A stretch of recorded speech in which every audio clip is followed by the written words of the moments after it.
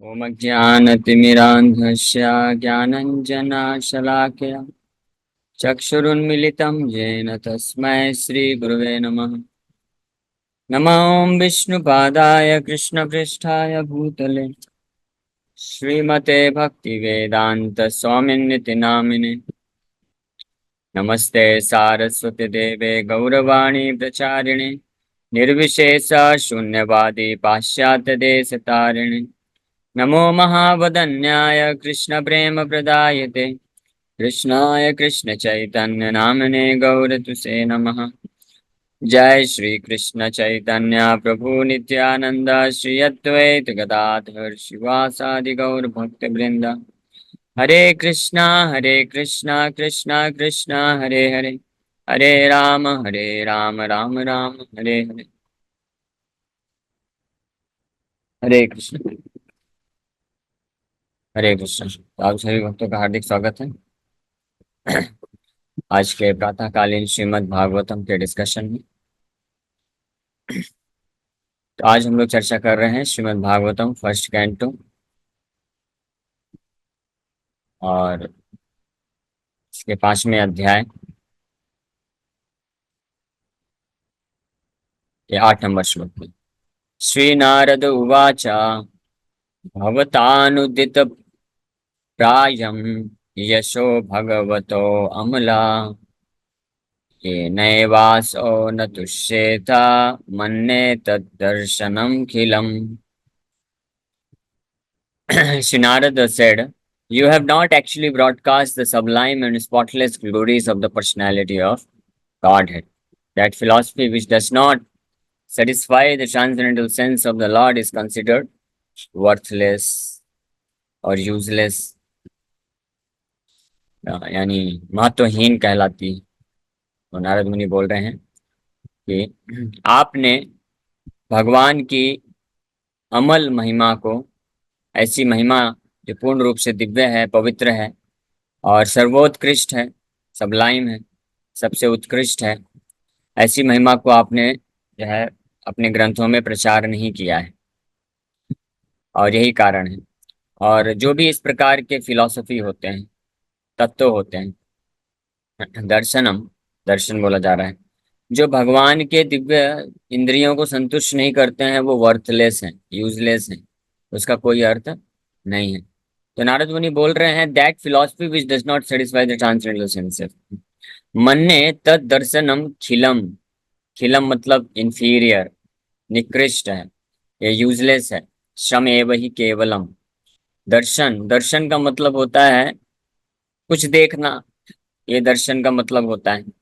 तो फिलॉसफी के माध्यम से हम देख सकते हैं क्या वस्तु, क्या चीज है, क्या सही है, क्या गलत है, व्हाट इज नॉट, ये हम देख सकते हैं। उसको दर्शन शास्त्र बोला जाता है, फिलॉसफी बोला जाता है। तो ऐसे तो षट दर्शन बहुत फेमस है, षट दर्शन है, अलग अलग 6 महान ऋषियों ने षट दर्शन दिए हैं, लेकिन वो 6 के 6 दर्शन सब क्या है, नारद मुनि बोल रहे हैं यूजलेस है, खिलम, क्योंकि वो भगवान के इंद्रियों को संतुष्ट नहीं करते हैं।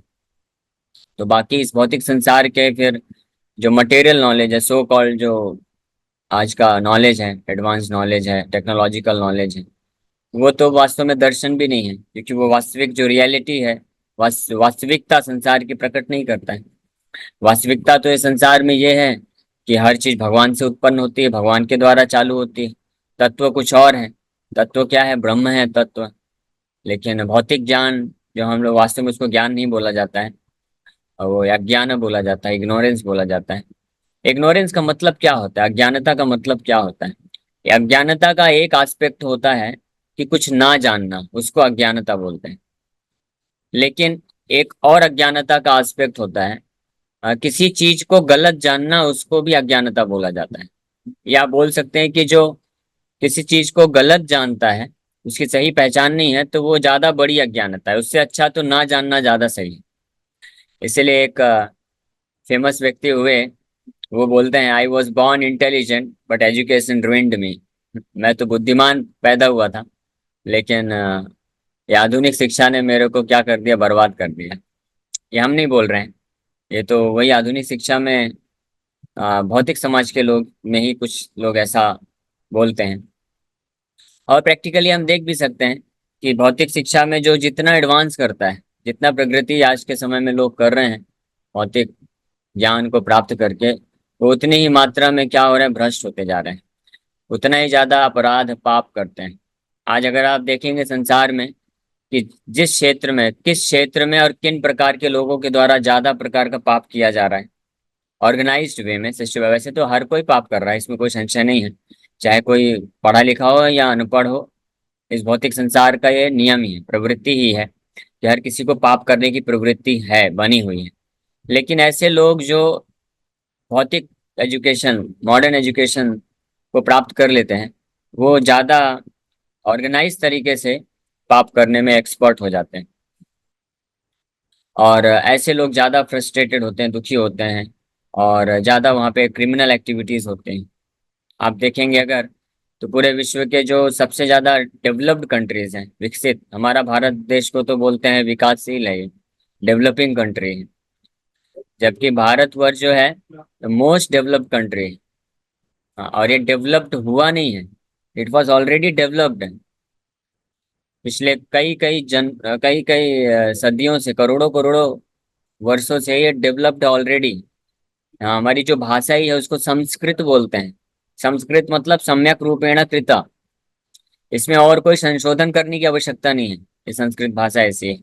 बाकी जो भाषाएं आप देखेंगे जो मानव निर्मित भाषाएं हैं, तो उसमें समय समय पे संशोधन होता रहता है, नई नई चीजें आती रहती हैं, बदलाव आता रहता है, हर 50 साल में चेंज हो जाता है, कुछ ना कुछ शब्द और कुछ ना कुछ नई चीजें ऐड हो जाती हैं। स्पेशली जो इंग्लिश जैसी लैंग्वेजेस हैं, तो उसमें तो बहुत सारी त्रुटियां हैं, बहुत सारे दोष हैं। PUT put, BUT but. अब लेकिन ये लैंग्वेज भाषा के अगर रूल में जाएंगे तो ये अलाउड नहीं है।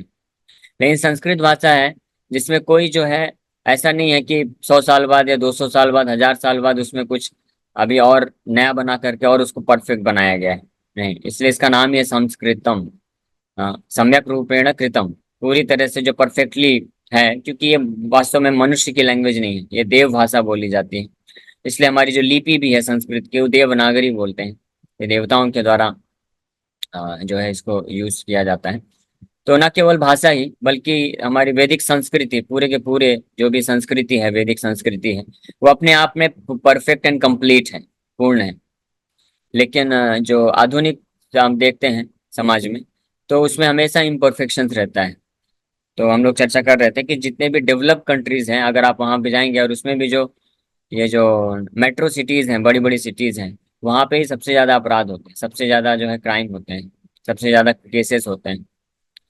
और अगर भारतवर्ष में भी देखें, तो जो जो जितने डेवलप सिटीज हैं, ये हो गया दिल्ली, हो गया मुंबई, हो गया कलकत्ता, बेंगलोर, हैदराबाद, तो जितने डेवलप सिटीज जहाँ पे भी मॉडर्न जो टेक्नोलॉजिकल एडवांसमेंट है, कॉरपोरेट सेक्टर्स हैं, वहाँ पे ज़्यादा अपराध होते हैं। और जो एजुकेशन के हब हैं, जैसे कोटा हो गया, वहाँ पे कितने सुसाइड्स होते हैं। आप बड़े बड़े यूनिवर्सिटीज़ में जाएंगे, तो बच्चे जब कॉलेज में प्रवेश करते हैं, एडमिशन लेते हैं, तो सीधे साधे होते हैं। सीधे साधे मतलब उनके आदतें इतनी बुरी नहीं होती। आज के समय में तो हालांकि वो भी नहीं रह गया, मैं अपने समय की बात कर रहा हूँ। हमारे समय पे इतना एंड्रॉयड उस वक्त था नहीं, स्मार्टफोन जस्ट चल रहा था, कई लोग धीरे धीरे यूज़ करना चालू कर रहे थे।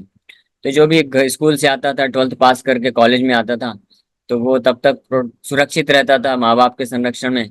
लेकिन जैसे ही बहुत बड़ा बड़ा ज्ञान मिला, ज्ञान नहीं, एजुकेशन मिला, मॉडर्न एजुकेशन, तो उतनी ही मात्रा में वो क्या होते गए, और करप्ट होते गए और फंसते चले गए।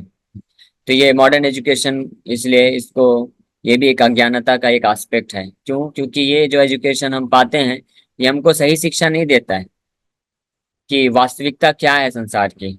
हमको ये तो पढ़ाया जाता है कि इतने सारे लॉज हैं, थर्मोडायनामिक्स के लॉज हैं, मोशन, लॉज ऑफ मोशंस हैं, लॉज ऑफ ऑप्टिक्स हैं, विज्ञान पढ़ाया जाता है, मैथ्स पढ़ाया जाता है। लेकिन ये सारे नियम कहाँ से उत्पन्न हुए हैं, कैसे लागू हो रहे हैं, ये कोई नहीं सिखाता है। पृथ्वी पृथ्वी जल अग्नि आकाश वायु, ये जो तत्व हैं, अलग अलग तत्व हैं, ये क्या हैं, कहाँ से आए हैं, इनकी उत्पत्ति कहाँ से हुई है, इसके बारे में कोई चर्चा नहीं करता है, कोई बताता नहीं। यानी वास्तविकता को छुपाया जा रहा है। केवल यही यही दिमाग में डाल दिया जाता है कि ये प्रकृति के नियम हैं, और आप इस प्रकार से इसको शोषण करके आप अपने भोग के लिए इस्तेमाल कर सकते हैं। हम खुद स्वामी हैं, यानी मॉडर्न एजुकेशन का रिजल्ट क्या हो रहा है, आधुनिक शिक्षा जो जितनी मात्रा में प्राप्त कर रहा है वो उतना कन्विंस हो जाता है कि we can control, we are controller, हम प्रकृति को कंट्रोल कर सकते हैं, नियंत्रित कर सकते हैं, और हम इसमें से सारी सुख सुविधाओं को प्राप्त करके भोग कर सकते हैं। ये एक एंड रिजल्ट है जो जितना ज्यादा जो आधुनिक शिक्षा को प्राप्त कर लेता है। लेकिन वास्तविकता क्या है कि हम कंट्रोलर नहीं, हम लोग ईश्वर नहीं है, हम दास हैं भगवान के दास। भगवान जो है, भगवान सुप्रीम कंट्रोलर है, वो कंट्रोल करते हैं। तो कोई भी शिक्षा अगर प्राप्त होती है, शिक्षा का रिजल्ट, परिणाम ये होना चाहिए कि वो शिक्षा को प्राप्त करके व्यक्ति वास्तविकता को जाने कि भगवान इस पूरे सृष्टि के रचयिता है, भगवान ही सुप्रीम कंट्रोलर है, ईश्वरः परमा कृष्ण। न केवल भगवान इस सृष्टि को उत्पन्न करते हैं, सृष्टि को बाहरी रूप से पालन पोषण करते हैं, बल्कि जो वास्तविक ज्ञान में जितना वृद्ध होता है, जितना बढ़ता है, बढ़ चढ़ के जो ज्ञानी बनता है वास्तविक ज्ञान में, तो वो उतना कन्विंस होता जाता है कि भगवान हर क्षण, हर वस्तु को, कण कण में और हर परिस्थिति को भगवान कंट्रोल करते हैं। और ये भगवान गीता में खुद बोलते हैं, अहम सर्वस्य प्रभवो मत्तः सर्वं प्रवर्तते इति मत्वा भजन्ते मां बुधा भाव समन्विता। अहम सर्वस्य प्रभवो, हाँ, एवरीथिंग एमिनेट्स फ्रॉम मी, हर चीज मेरे से उत्पन्न होती है। प्रभवा मतलब सोर्स, अप्रभा प्रभु, he is the master of everything. भगवान कृष्ण सबके मास्टर है, मालिक है, और उनसे ही सब कुछ उत्पन्न होती है। हम सर्वस्व प्रभव मत्तः सर्वम प्रवर्तते, सर्वम मतलब एवरीथिंग, हर चीज, हर वस्तु, हर व्यक्ति, हर परिस्थिति, हर लोक ग्रह जितने भी हैं, सब सर्वम मयि सर्वम प्रवर्तते, मेरे कारण ही सब आश्रित है, मेरे कारण ही सब संचालित होते हैं, कण कण। जैसे लोग बोलते तो हैं कुछ लोग कि भगवान के इच्छा के बगैर पत्ता भी नहीं हिलता है, लेकिन इसको तत्वों के साथ जो समझता है वही वास्तव में भक्ति करता है। नहीं तो बोलने वाले तो ऐसे बहुत होते हैं, भगवान की इच्छा से पत्ता भी नहीं हिलता है, लेकिन वो खुद हिलाते रहते हैं, पेड़ हिलाते हैं, सोचते हैं कि हम पूरे के पूरे पेड़ को हिलाएंगे, हम कंट्रोल करेंगे। तो अपने पूरे खुद के जीवन को और पूरे समाज के जीवन को, परिवार वालों के जीवन को वो कंट्रोल करके वो सोचते हैं कि हम अपने आप को भी और सभी लोगों को हम सुखी बना देंगे। लेकिन जो भक्त होता है, जो वास्तविक ज्ञान रखता है, तो वो इस बात को स्पष्ट जानता है कि भगवान सुप्रीम कंट्रोलर है, तो भगवान का आश्रय लेना चाहिए। और आश्रय लेने का मतलब क्या है कि भगवान जिस प्रकार से मुझे बोल रहे हैं, आदेश दे रहे हैं कि आप ऐसे जीवन यापन करो, तो वैसे जीवन यापन करना चाहिए।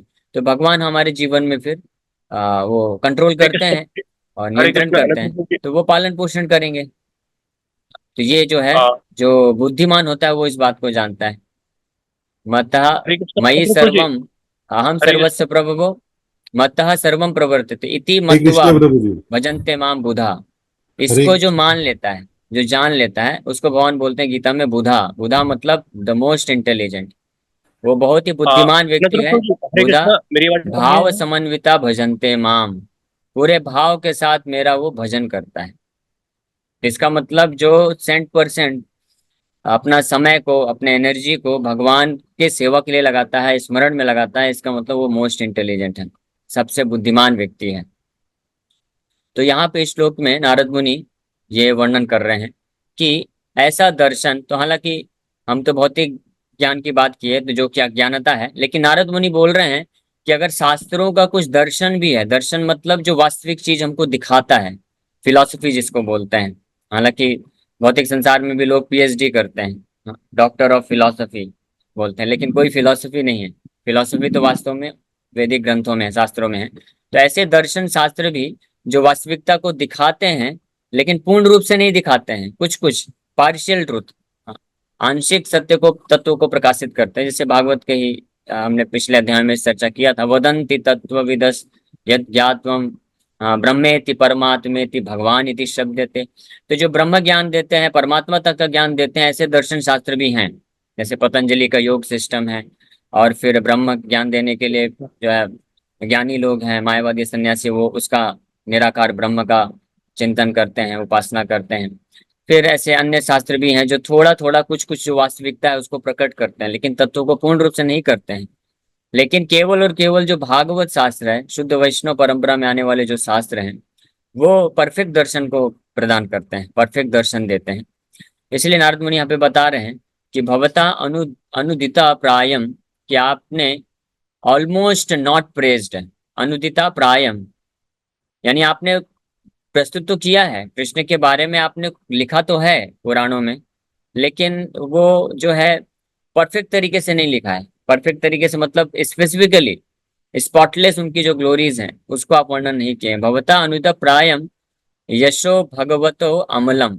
भगवत यानी भगवान, उसके अमलम स्पॉटलेस कैरेक्टर। स्पॉटलेस का मतलब होता है दिव्य, आध्यात्मिक, स्पिरिचुअल। उनकी जो लीलाएं हैं, उनकी जो महिमा है, उसको आपने नहीं किया है अपने दर्शन शास्त्रों में। इसलिए ऐसे दर्शन शास्त्रों को भी, दर्शन शास्त्र मतलब जो सत्य को प्रदर्शित करते, तो ऐसे सत्य को दिखाने वाले शास्त्र भी जो पूर्ण रूप से कृष्ण की महिमा को नहीं वर्णन करते हैं, स्पेसिफिकली स्पॉटलाइट करके नहीं करते हैं, तो उनको भी मैं खिलम, खिलम मतलब मैं इंफीरियर मानता हूँ। मन ने, नारद मुनि बोल रहे हैं कि मैं ऐसा मानता हूँ। बाकी लोग जो मानना है वो मान सकते हैं, सबको फ्रीडम है, स्वतंत्रता है। भगवान भी गीता में कई बार बोलते हैं कि इदम मतम ममा, ये मेरा मत है अर्जुन, अब अगर स्वीकार करना है तो करो। लेकिन वेद व्यास जी इसीलिए जब गीता लिखते हैं तो स्पष्ट लिख देते हैं श्री भगवान वाचा, कि श्री भगवान यहाँ पे बोल रहे हैं, यानी is the perfect, most perfect authority. उसी प्रकार से श्री नारद वाचा, तो नारद मुनि कौन है? 6 कैंटो भागवत में बताया गया है, महाजन है, 12 महाजन है। इस पूरे सृष्टि में 12 महाजन अपॉइंट किए गए हैं, और सारे के सारे 12 महाजन कौन है? भगवान के शुद्ध भक्त हैं। तो वो जो बोलते हैं वो परफेक्ट है। तो यहाँ पे नारद मुनि अपना मत बोल रहे हैं, वो एक महाजन है, अथॉरिटी है। तो मन्ने तत् दर्शनम खिलम, इस प्रकार का दर्शन शास्त्र जो है वो इंफीरियर है, निकृष्ट है। जैसे एक बार प्रभुपाद जी से, आई थिंक रशिया में प्रभुपाद जी थे, तो कोई व्यक्ति उनको बोल रहा था बहुत अलग अलग तरीके से कि वैज्ञानिक तो लेकिन ऐसा बोलते हैं, और आप ऐसा बता रहे हैं कि प्लानिटरी सिस्टम ऐसा है, और वैज्ञानिक लोग तो ऐसा बोलते हैं। तो प्रभुपाद जी बोले कि आप वैज्ञानिक, इस संसार के जो वैज्ञानिक हैं, उनको आप अथॉरिटी मान रहे हैं, but our authority is Krishna, the supreme lord, he is the supreme authority. So we are also accepting authority, you are also accepting authority. लेकिन आपका जो अथॉरिटी है वो, ये 4 डिफेक्ट्स हैं उसमें, बट हमारा जो अथॉरिटी है ज्ञान प्राप्त करने के, कृष्ण, वो परम भगवान है, वो सुप्रीम अथॉरिटी है। तो इसलिए जो वैष्णव अथॉरिटी एक्सेप्ट करते हैं, वो या तो भगवान कृष्ण को अथॉरिटी के रूप में मानते हैं, या भगवान कृष्ण के शुद्ध भक्तों को अथॉरिटी के रूप में मानते हैं। या ऐसे अन्य जो ऋषि मुनि भी हैं कई, जो कि जिन्होंने भी शास्त्रों को लिखा है, बट वैष्णव जो हैं उनको भी परफेक्ट अथॉरिटी नहीं मानते। तो नारद मुनि यहाँ पे स्पष्ट क्लियर कर रहे हैं कि मन्ने तद दर्शनम खिलम, इस प्रकार के दर्शन कई लोगों ने और भी दिए हैं। हाँ, वेद व्यास जी दिए हैं। वेद व्यास जी ये दर्शन दे करके छठ दर्शन को अपने 6 शिष्यों को प्रदान कर देते हैं। लेकिन वो 6 शिष्य महान ऋषि हुए, बहुत महान मुनि हुए, बहुत तपस्वी हुए, लेकिन वो परफेक्ट अथॉरिटी के रूप में स्वीकार नहीं किया जा सकता है। नारद मुनि यहाँ पे क्लियर कट बोल रहे हैं, जो कि वेद व्यास जी के ही गुरु हैं। वेद व्यास जी के गुरु नारद मुनि, ब्रह्मा जी के पुत्र, भगवान नारायण के परम भक्त, महान शुद्ध भक्त, वो इस प्रकार का जजमेंट दे रहे हैं कि आपके द्वारा जो ये अलग अलग प्रकार के दर्शन दिए गए हैं, जो भगवान कृष्ण की जो वास्तविक महिमा है, स्पॉटलेस महिमा है, उसको वर्णन नहीं करते हैं, तो वो सब क्या है? इंफीरियर है, छीलम है। यानी वो सब यूजलेस है, वर्थलेस है, उसका कोई मतलब नहीं है। भक्तिविनोद ठाकुर इसी श्लोक के आधार पे हरिनाम चिंतामणि ग्रंथ में जो चौथा नाम अपराध है कि to blaspheme the Vedic literatures और literatures in pursuance of the Vedic literatures, considering them to imagination, कि वैदिक शास्त्रों का, श्रुति शास्त्रों का, या उनके आधार पर जो वैष्णव, महान वैष्णवों ने जो शास्त्रों की रचना की है उसका निंदा करना, उसको भक्तिविनोद ठाकुर बोलते हैं। वो चौथा नाम अपराध है। तो उसमें हरिनाम चिंतामणि में भक्तिविनोद ठाकुर लिखते हैं कि ये जो षट दर्शन प्रस्तुत करने वाले जितने भी मुनि हुए हैं, अलग अलग दर्शन, वो फिर बताते भी हैं कि ये दर्शन, इन्होंने ये दर्शन दिया, हाँ, और कर्म मीमांसा दिया, और नास्तिक कपिल ने कुछ दर्शन दिया, जैमिनी ऋषि ने दिया। तो ये जो दर्शन देने वाले हैं, ये वैदिक शास्त्रों के निंदा, ये नाम अपराध है, चौथा नाम अपराध के रूप में भक्तिविनोद ठाकुर उसको मेंशन करते हैं। तो मैं सोच रहा था कि भक्तिविनोद ठाकुर इतना बोल्डली कैसे बोल रहे हैं? ये तो 6 ऋषि, षट दर्शन तो 6 महान ऋषि हैं, और इनके दर्शन को ऐसे नाम अपराध के रूप में कैसे रख रहे हैं? लेकिन यहाँ पे आज के श्लोक में बहुत अच्छा हुआ कि ये क्लियर पता चल रहा है कि नारद मुनि यहाँ पे इस एक लाइन में, आखिरी लाइन में स्पष्ट वर्णन कर रहे हैं, मन्ये तद दर्शनम खिलम। इस प्रकार के जितने भी दर्शन है उसको मैं इंफीरियर मानता हूँ, और आपने भी उसी प्रकार का दर्शन अभी तक प्रस्तुत किया है। इसलिए आपके हृदय को संतुष्टि नहीं मिल रही है, क्योंकि भगवान न तुष्येत, ये नए वासो न तुष्येत भगवता, ये भगवान उससे प्रसन्न नहीं है, संतुष्ट नहीं है। तो जब तक भगवान प्रसन्न नहीं होंगे, संतुष्ट नहीं होंगे, तो हम कैसे संतुष्ट हो सकते हैं, क्योंकि हम तो भगवान के अंश हैं। जिस प्रकार से वृक्ष होता है, तो जब तक आप जड़ को संतुष्ट नहीं करेंगे, जड़ को संतुष्ट करना मतलब जड़ में जल पानी नहीं देंगे, तो उसके वृक्ष में जितने भी उसके अंश हैं, पत्ते हैं, फल हैं, फूल है, उसको संतुष्टि कैसे मिल सकती है। उसी प्रकार से जो कार्य करने से जब तक भगवान संतुष्ट नहीं होंगे, तो हम वास्तविक संतुष्टि को नहीं प्राप्त कर सकते हैं। ये भी एक मेजरमेंट है कि अगर हम चाहे भौतिक कार्य कर रहे हो या आध्यात्मिक कार्य में लगे हों, अगर हमारे हृदय में कभी असंतुष्टि का भाव महसूस होता है, तो इसका मतलब हम भगवान जो है, भगवान की इंद्रियां संतुष्ट नहीं है, कुछ ना कुछ कमी रह गई है। तो उस अवस्था में क्या करना चाहिए, ऐसे वरिष्ठ जो भक्त हैं, शुद्ध भक्त हैं, इस पे शुद्ध भक्त महान आचार्यों को कंसल्ट करना चाहिए, उनकी शिक्षाओं से टैली करना चाहिए कि क्या मैं जो कर रहा हूँ वो मैच कर रहा है कि नहीं कर रहा है। तो तब हम जो है ये समझ सकते हैं कि हम संतुष्टि को प्राप्त कर रहे हैं। तो यहाँ पे स्पष्ट रूप में नारद मुनि बिना किसी संशय के प्रकट कर दिए, प्रस्तुत कर दिए कि क्या डिफेक्ट है। और ऐसा नारद मुनि क्यों किए, ये भी एक विशेष बात है, क्योंकि पिछले 3 श्लोकों में वेद व्यास जी पूर्ण रूप से समर्पण किए नारद मुनि को, और उनको रिक्वेस्ट की कि आप जैसा बोलेंगे आप सब कुछ देख सकते हैं, आप जो है समस्त गुह्यम वेद समस्त गुह्यम सवय भवान वेद समस्त गुह्यम। तब नारद मुनि जो है स्पष्ट रूप में वर्णन कर रहे हैं। तो शास्त्रों का ये भी एक इंजंक्शन है कि जब तक कोई शिष्य समर्पण नहीं करता है, यानी वो स्वीकार करने के लिए तैयार नहीं है कि आप जो बोलेंगे मैं सत्य मानता हूँ और उसको मैं मार्गदर्शन में करूंगा, तब तक गुरु को जो है उसके शिष्य के डिफेक्ट को पॉइंट आउट नहीं करना चाहिए। नहीं तो इससे क्या होगा, श्रील भक्तिदान ठाकुर बोलते हैं कि उपदेशा नाम ही उपदेशाय मूर्खा नाम प्रकोपाय ही। और जैसे सांप का उदाहरण देते हैं कि सांप को अगर दूध पिलाएंगे तो उसका विष ही भरने वाला है। तो इसी प्रकार से जो लोग समर्पित नहीं है, जो मानने को तैयार नहीं, जिनकी भौतिक आसक्ति बहुत बनी हुई हृदय में, अगर उनको कोई स्पष्ट रूप में उनके कमी को बता देगा और सत्य को प्रकाशित कर देगा, तो वो उसको स्वीकार नहीं कर सकेंगे, बल्कि वो उनके विष को बढ़ा देगा, और वो और ज्यादा क्रोधित हो जाएंगे, और ज्यादा जो है वो रिबेलियस हो सकते हैं। लेकिन वहीं दूसरी ओर अगर कोई ऐसा शिष्य होता है, ऐसा कोई भक्त है जो समर्पण करता है, समर्पण का मतलब होता है कि he is ready to accept, वो स्वीकार करने को तैयार है कि आप जैसा गाइड करेंगे, आप बताइए क्या डिफेक्ट है मेरे अंदर, क्या कमी है। तो फिर उनको जो है छुपाना भी नहीं चाहिए। पहले ही श्लोक में नारद मुनि डायरेक्ट स्पष्ट बता दिए कि वर्थलेस मन्ने तद दर्शनम खिलम, स्पष्ट बोल दीजिए इस प्रकार के दर्शन शास्त्र जो आपने लिखे हैं उसको मैं inferior मानता हूँ। The eternal relation of an individual soul with the supreme soul personality of Godhead is constitutionally one of being the eternal servitor of the eternal master. तो ये जीवेर स्वरूप है कृष्ण नित्य दास। हर जीवात्मा का सनातन संबंध भगवान के साथ क्या है कि हम भगवान के सनातन दास हैं। The Lord has expanded himself as living beings in order to accept loving service from them, and this alone can satisfy both the Lord and the living beings.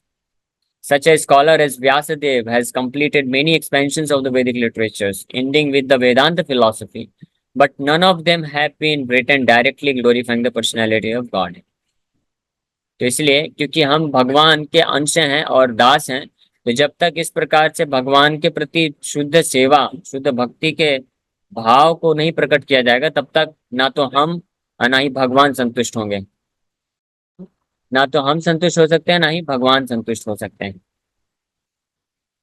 लेकिन जैसे ही, और यहाँ पे इतने महान परम विद्वान व्यास देव जी, जिन्होंने इतने सारे शास्त्रों की रचना की, यहाँ तो वेदांत वेदांत फिलोसफी भी रचना की है, लेकिन किसी में भी डायरेक्टली भगवान का जो है स्पष्ट रूप में गुणगान नहीं हुआ है, इसलिए वो संतुष्टि को महसूस नहीं कर रहे हैं। Dry philosophical speculations even on the transcendental subject of the absolute have very little attraction without directly dealing with the glorification of the Lord. The personality of God, it is the last word in the transcendental realization. The absolute realized as impersonal Brahman or localized super soul Paramatma is less productive of transcendental bliss than the supreme personal realization of his glories. तो ये already मैं mention किया, यहाँ तक कि दर्शन शास्त्र में कहीं कहीं इम्पर्सनल ब्रह्मन यानी निराकार ब्रह्म तक का बात किया गया है, जो कि सत्य होता है लेकिन वो कंप्लीट नहीं है, इनकम्प्लीट है, इनकम्प्लीट ट्रूथ है। और उसके ऊपर परमात्मा तक का जो साक्षात्कार है वो भी जो है कंप्लीट ना होने के कारण वो भी पूर्ण रूप से संतुष्ट नहीं कर सकता है व्यक्ति को। तो अगर ये दो रियलाइजेशन भी नहीं कर सकते हैं तो बाकी अन्य प्रकार के जो कर्मकांडी हैं या कर्म मीमांसा है, हाँ, वो सब तो निश्चित रूप में संतुष्ट कर ही नहीं सकता है, ना तो भगवान को ना तो जीवात्मा को। The compiler of the Vedanta Darshan is Vyasadeva himself, yet he is troubled, although he is the author. So what sort of transcendental bliss can be derived by the readers and listeners of Vedanta, which is not explained directly by Vyasadeva the author? Herein arises the necessity of explaining Vedanta Sutra in the form of Srimad Bhagavatam by the self same author. तो ये प्रभुपाद जी वर्णन कर रहे हैं कि जब वेदांत दर्शन को प्रस्तुत के रचयिता वेद व्यास जी खुद ट्रबल्ड हैं, यट ही इज ट्रबल्ड, वो भी परेशान हैं, वो भी संतुष्टि को नहीं महसूस कर पा रहे हैं, तो उनके वेदांत दर्शन को पढ़ करके बिना भागवत की व्याख्या को समझे कैसे कोई और अन्य व्यक्ति जो है संतुष्ट हो सकता है, ये संभव नहीं है। इसीलिए यहाँ पे नारद मुनि आप इंस्ट्रक्शन देंगे वेद व्यास जी को कि आपने जो भी दर्शन, वेदांत दर्शन, दर्शन तो बहुत सारे दिए लेकिन सबसे जो उत्कृष्ट सर्वोत्कृष्ट दर्शन हुआ, सर्वश्रेष्ठ दर्शन वो वेदांत दर्शन हुआ, वेदांत सूत्र भी बोलते हैं, लेकिन उसको भी स्पष्ट रूप में भगवान की महिमा नहीं प्रकट है, तो इसलिए आप उसका व्याख्या करिए, उसको एक्सपैंड करिए और कृष्ण की वास्तविक महिमा को प्रकट करिए, तब आप भी संतुष्ट हो जाएंगे और सारे लोग जो इसको पढ़ेंगे वो भी संतुष्ट हो जाएंगे। हरे कृष्ण। तो इसी के साथ हम लोग यहीं पे विराम करते हैं। Thank you very much. किसी भक्त का कोई प्रश्न है तो पूछ सकते हैं। हरे कृष्ण प्रभु जी, दंडवत प्रणाम। हरे कृष्ण। यस माता जी।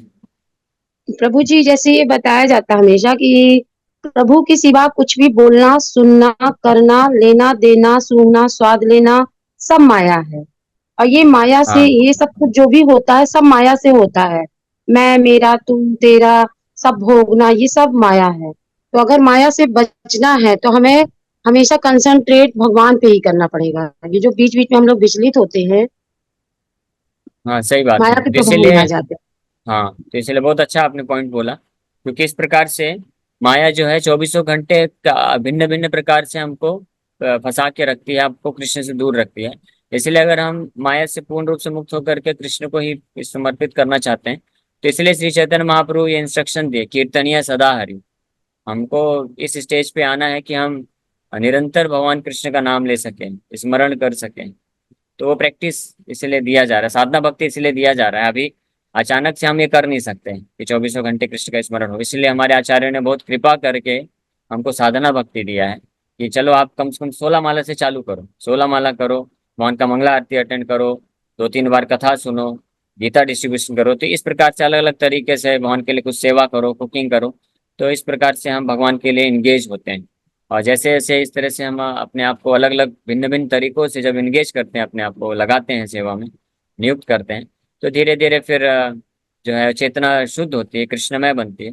तो फिर हम कृष्ण का चौबीसों घंटे भी स्मरण कर पाएंगे। तो ये अभ्यास करने से और साथ में धैर्य भी रखते हुए कुछ समय में ये संभव होता है। तो ये ग्रेजुअल प्रोसेस है, धीरे धीरे होता है।